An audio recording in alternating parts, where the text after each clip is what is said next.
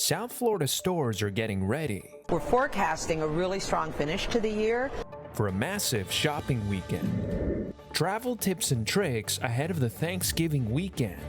And sports fans in South Florida are amped up for soccer's biggest day. These stories and more coming up on Newsbreak. Hello, South Florida. I'm Amanda Gray. I'm Leon Abutadbush. Today is Tuesday, November 22nd, 2022. Live from the South Florida Media Network's Biscayne-based studios in North Miami, this is SFMN Newsbreak. Shopping season, the long weekend coming up, is the start to the holiday buying frenzy. The National Retail Federation predicts this could be the busiest holiday shopping season they've ever recorded since it started tracking in 2017. As the network's Elizabeth Garcia reports, that's despite historic inflation and looming recession fears. Holiday cheer reaching historical levels. According to the National Retail Federation, an estimated 166.3 million people are planning to shop from Thanksgiving Day through to Cyber Monday. That's almost 8 million more than last year. Today's shopper is very savvy when it comes to shopping around and finding what works best for them. South Coast Plaza in Orange County, California is ready. The shopping center expects to break records this year in terms of foot traffic and spending.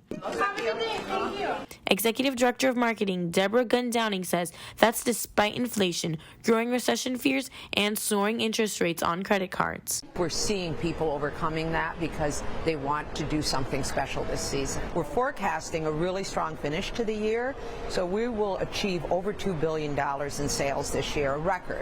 The NRF says some Americans will likely cut back on other things. They're being more strategic when it comes to hunting for deals and comparing prices. But they will still want to get into the holiday spirit after missing out during the pandemic. They may be dipping into some savings. We know that some households were able to build up a fair amount of savings during the pandemic or through some of the stimulus programs that were in place. Meanwhile, small business owners like Allison Ash say this is a critical weekend for her store.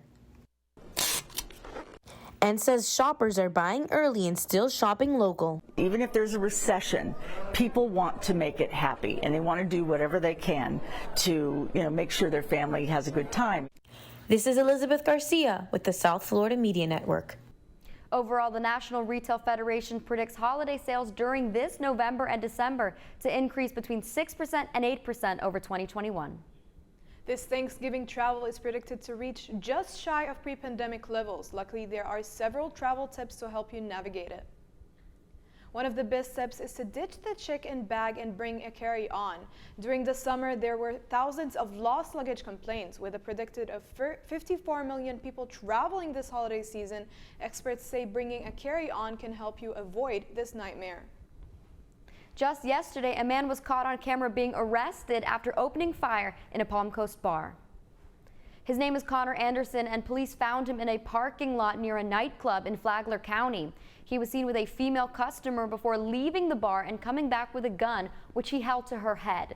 He fired the 9mm Glock handgun right after midnight Sunday. Other customers rushed over to try to disarm the Palm Coast man, who detectives say fired 6 times towards other customers. Put your hands high in the air right now. Right now, high in the air so I can see them. Deputies say Anderson was still armed when he was taken into custody without incident. Photos captured the dramatic moment the U.S. Coast Guard rescued more than 100 migrants from an overloaded boat near the Florida Keys.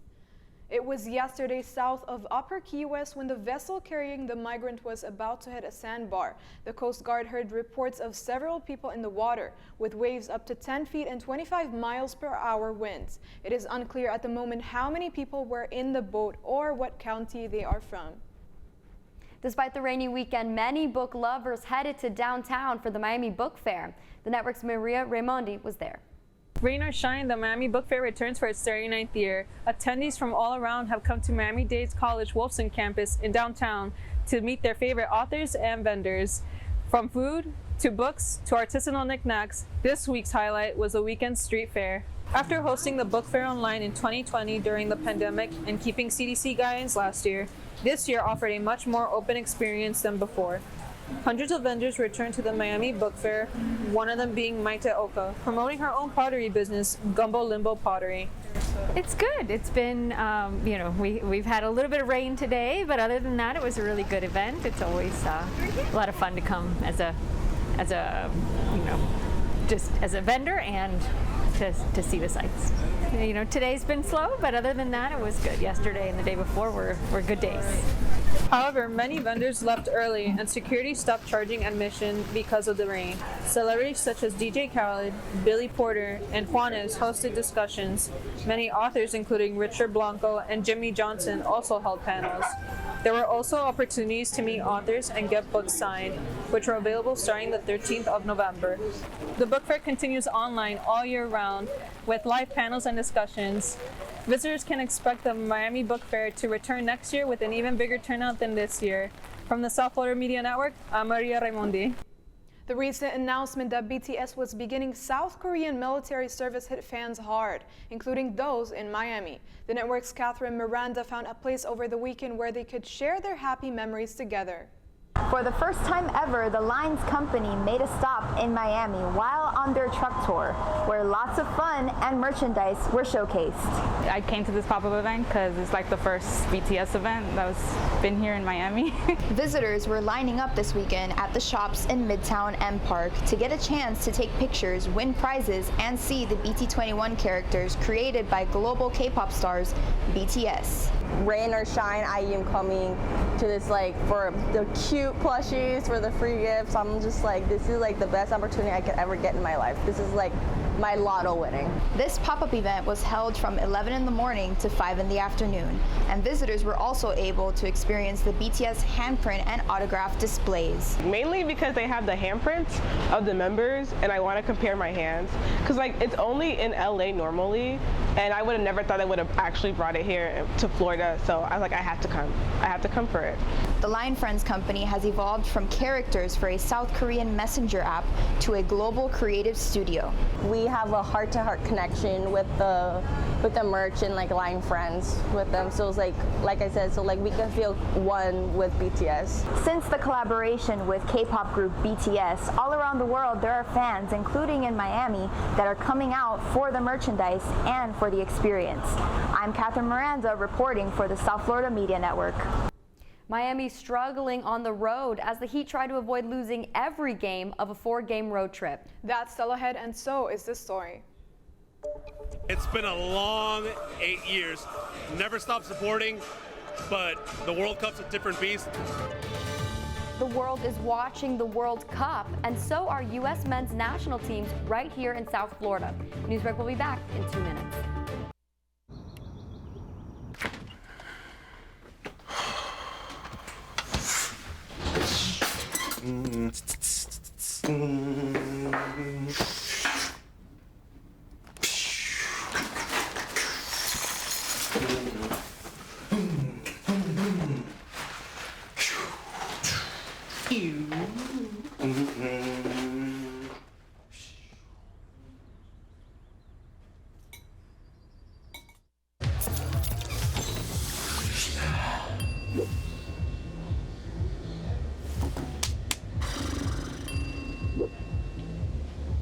If you need to do something to feel okay to drive, you're not okay to drive.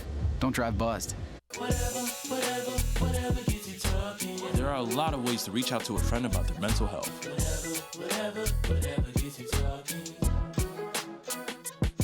Learn how you can help at seizetheawkward.org. Bill is a family man. He invests his money wisely and provides a good life for his children. Just one problem. He often opens emails from senders he doesn't know, and his computer is not password protected.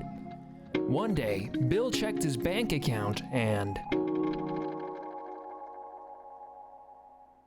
94% of malware attacks originate from emails. Don't be like Bill. Take your cybersecurity seriously. There's so many rewards in life. You coming into our home was one of the greatest rewards we could have ever had.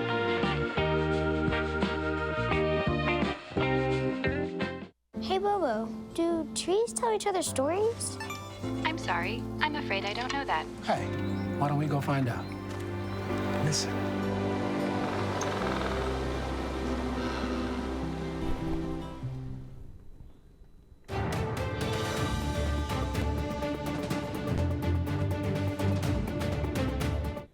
World Cup watch. Local U.S. soccer fans uniting to watch Team USA. As the men's national team took on Wales, watch parties across South Florida cheered on the team in their first game of group play. The network's Kenneth Bueno gives insight into the excitement around the United States' anticipated return to the FIFA World Cup. For the first time since 2014, the United States are back in the FIFA World Cup for 2022, and South Florida could not be more excited as Americans cheer on the national team in their first game of the tournament against Wales. It's been a long 8 years. Never stopped supporting, but the World Cup's a different beast. You know, once every 4 years, it's the best moment in my life right now, like right now.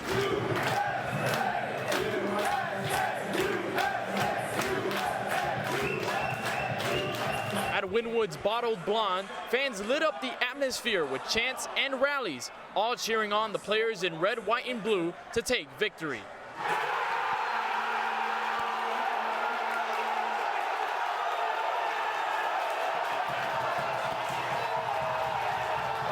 Chance. I think the fan base can get behind us. Be really, really prideful for our country. I'm not a huge soccer fan, but international, I love it. I always watch U.S. men's team. I always watch the World Cup. It's amazing. Oh, it's going to be crazy. Everybody's going to show up here. Nobody works. You got turkey on Thursday, then you got us on Friday. Come here, everybody here at 2 p.m. Everybody here at Bottle Blonde. The men's national team faced an unexpected tie with a final score of 1-1 versus Wales in the first game. But the U.S. have a chance to redeem themselves in a long-awaited matchup Friday versus England. Reporting from Bottled Blonde in Wynwood, Kenneth Bueno of the South Florida Media Network. The Heat had an absolute howler on the road against the Minnesota Timberwolves. The Heat had the lead in the first half, but ultimately lost momentum after halftime. The game ended in a close match for their fourth loss in a row, all on the road. The final score was Heat 101, Timberwolves 105. The Heat will come home to play the Washington Wizards tomorrow at 7:30 p.m. That's all the time we have for Newsbreak. I'm Leanne Abutarbush. I'm Amanda Gray. Get more news anytime at sfmn.fiu.edu.